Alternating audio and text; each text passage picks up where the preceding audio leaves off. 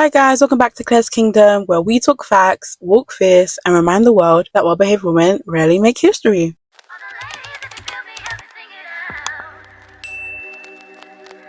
Okay guys, today we are back with another Olivia Pope analysis. So today we're going to be talking about how to have both beauty and brain. So being beautiful will open many doors for you in this life, but it's your brain and it's your substance that will keep you in. Or it's your intellect, it's your skill set, it's your talent that will keep these doors open. So if you don't know who Olivia Pope is, make sure to check out my previous videos. I've actually done multiple breakdowns on who she is or her character in Scandal. Make sure you guys also watch that series as well. It is very good. But yeah, Olivia Pope is definitely one of my favorite icons when it comes to powerful women, and she's a perfect example of combining both your appearance and your intelligence.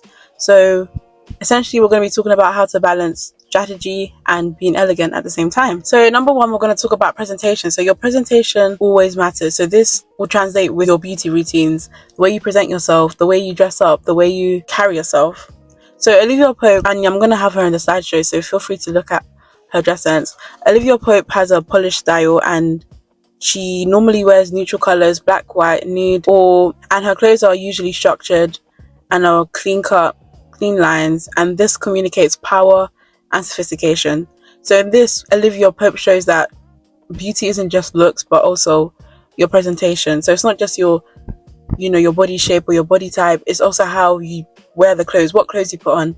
And I think it's important that, especially as women, to find your body type, find what clothes flatter your body shape, or what colors may flatter maybe your skin tone, or just your person.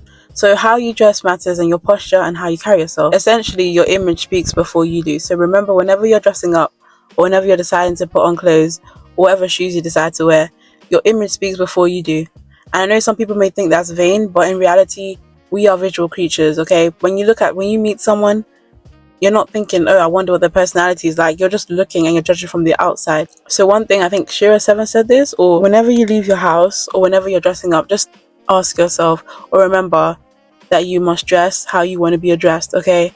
If you want to be seen as someone that's powerful, queen goddess energy, you have to dress like that, and you need to present yourself that way. However, if you want to be seen another way, whether it's edgy, maybe you want to look like gothy or streetwear, whatever your aesthetic is, make sure you're dressing like that if that's how you want to be addressed or approached. And this may also explain why maybe on days where you may not put in as much effort, or maybe you don't put in effort at all, and you find that certain people, let's say lower vibrational people, are more inclined to approach you. And if you've ever wondered why, that's probably why. But when you dress up, when you're your best self, you got the bold lip, you got the blazer on, you got the dress on, you find that a lot of people may stay away, or some people may just stare because you're giving exclusive, rare, beautiful, high maintenance, and that's what we love to give over here, okay? So next we're going to talk about emotional intelligence. So brains is not just, being book smart or having a degree, which these things are very important, but we're going to talk about emotional intelligence. So Olivia Pope reads people very quickly, and she stays calm under pressure. And these are some things that may take time to develop, but they are very possible. And I think especially life experience, traumatic situations, high pressure situations definitely grows this muscle. So the lesson here is that real intelligence not only includes book smarts and information and education, but also being aware of your emotions and others, and being able to read a room and not just reacting, but also being able to master yourself. And this is something that I am still currently working on, because especially when it comes to maybe sensitive topics that you may be passionate about, or maybe events happening around the world that may be close to your heart, it's so easy for someone to, there's this new thing that people are doing, rage baiting, and your Level Up Guru talks about this. She made a video about this. Make sure you guys go subscribe to your Level Up Guru. She made a video about this which was so spot on, because I feel like in today's society, people are really rage baiting. Like, they will say the most absurd thing, and they are banking on you reacting. They are banking on you losing your cool, especially when it's a sensitive topic, especially if it's something that's maybe tied to your belief system or maybe a societal issue. I know for me, like I like to consider myself as being someone that's quite self-mastered, but I found that even when it comes to certain topics, I can get a bit, I won't say I'm reactive, but it can rile you up when it's like something dear to your heart. In order to get to the point where you're emotionally mastered and intelligent, being able to see those things in you that may be sensitive, but just being able to detach and recognize when some people are just trying to bait you to act out of character, or bait you to be able to label you, whether it's emotional or dramatic. Especially as a woman, people want to label you emotional so badly. Like, oh guys, I've experienced situations where I'm talking so normally and so calmly, and even if I even just show a bit of passion or a bit of care towards a subject, people are so quick to use, oh, you're emotional, or stop being emotional. And honestly, people that do that are just losers, because when they can't disagree with you in a valid way, when they can't bring the facts, what do? They call you emotional, they call you dramatic, they call you whatever they can to belittle you or lower you. So yeah, I'll say don't fall for the trap. Don't give them the reaction they want, ladies, okay? Don't give it to them. A calm response, being detached, will get you far. And it also shows how much power you have over yourself and your emotions. So yeah, so practice active listening, have composure, also be empathetic, but don't let it control you. And all of this makes you magnetic. Next, Olivia Pope was able to master strategy. So Olivia Pope always had a plan A, B, and C.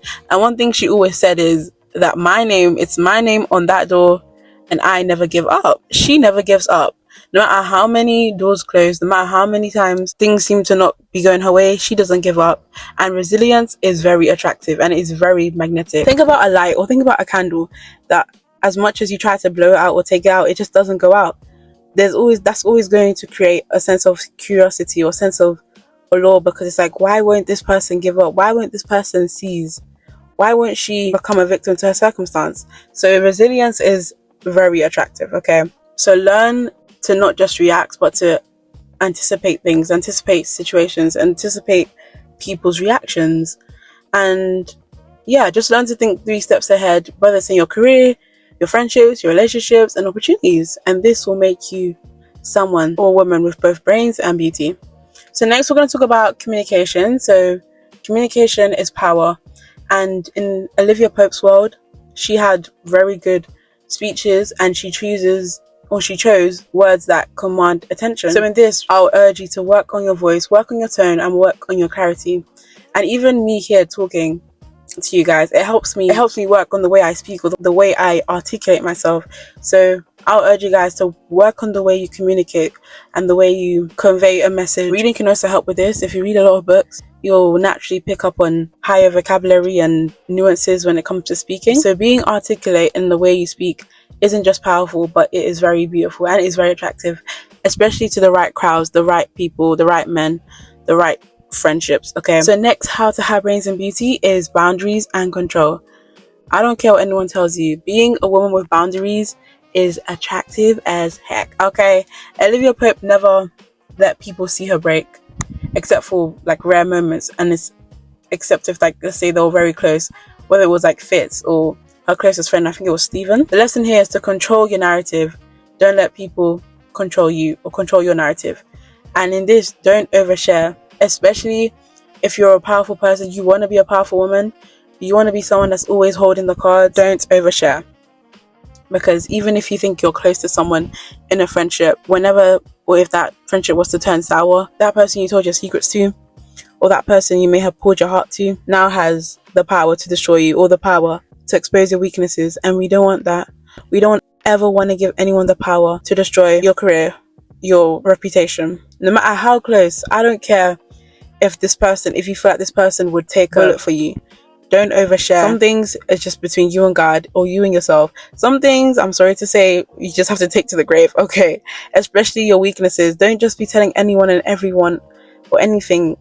I don't know if you should even tell your significant other about your weaknesses or things that could essentially be used against you. And additional to this, being mysterious or being someone that's not easily accessible in itself is attractive, and it's part of your power too. So lastly, when it comes to having brains and beauty, like Olivia Pope, self-belief is non-negotiable. Okay, so Olivia Pope always believed in her capability, even if others doubted her, even if the whole world doubted her, even when the patriarchy was against her. She believed herself no matter what. And in this, we can learn that confidence is the true merge of both beauty and brains. So if you believe you're the prize, others will follow suit. If you believe you're the star of every room that you walk in, everyone will follow suit. And even if you have to fake it at first, even if you have to act like you're confident, you have to act like you're rich, you have to act like you're that person, that girl, that woman, you just have to fake it until you make it. And I promise you, it is more efficient and it is more helpful than you may think. sometimes you may feel weird, especially if you grew up as someone with low self-esteem or low self-worth. You just have to fake it, and one day you're going to wake up and not even recognize the woman. You're not even going to recognize the woman that you see in the mirror. You're not even going to comprehend, like, wow, that is me. Like, who is this? Like, who is this woman? Who is this beautiful soul? Okay? So, in summary, beauty opens doors, but brains will keep them open. Having confidence will make you so unforgettable and uncontrollable, which is very attractive to the right people, may I add, because a lot of toxic people or narcissistic people will not like this because they can't control you, or they can't have you to them, they can't possess you, or they can't have you at their beck and call. And that's fine, because those are not your people. That's not our people. So beauty and brains is the formula for a woman of substance. It's so easy to just have one or the other. To have beauty, be so beautiful, drop dead gorgeous, but there's nothing in the tank. And it's also easy to be someone that's just so smart, so intelligent, have all the knowledge in the world, but aesthetically or appearance wise, it's just not adding up.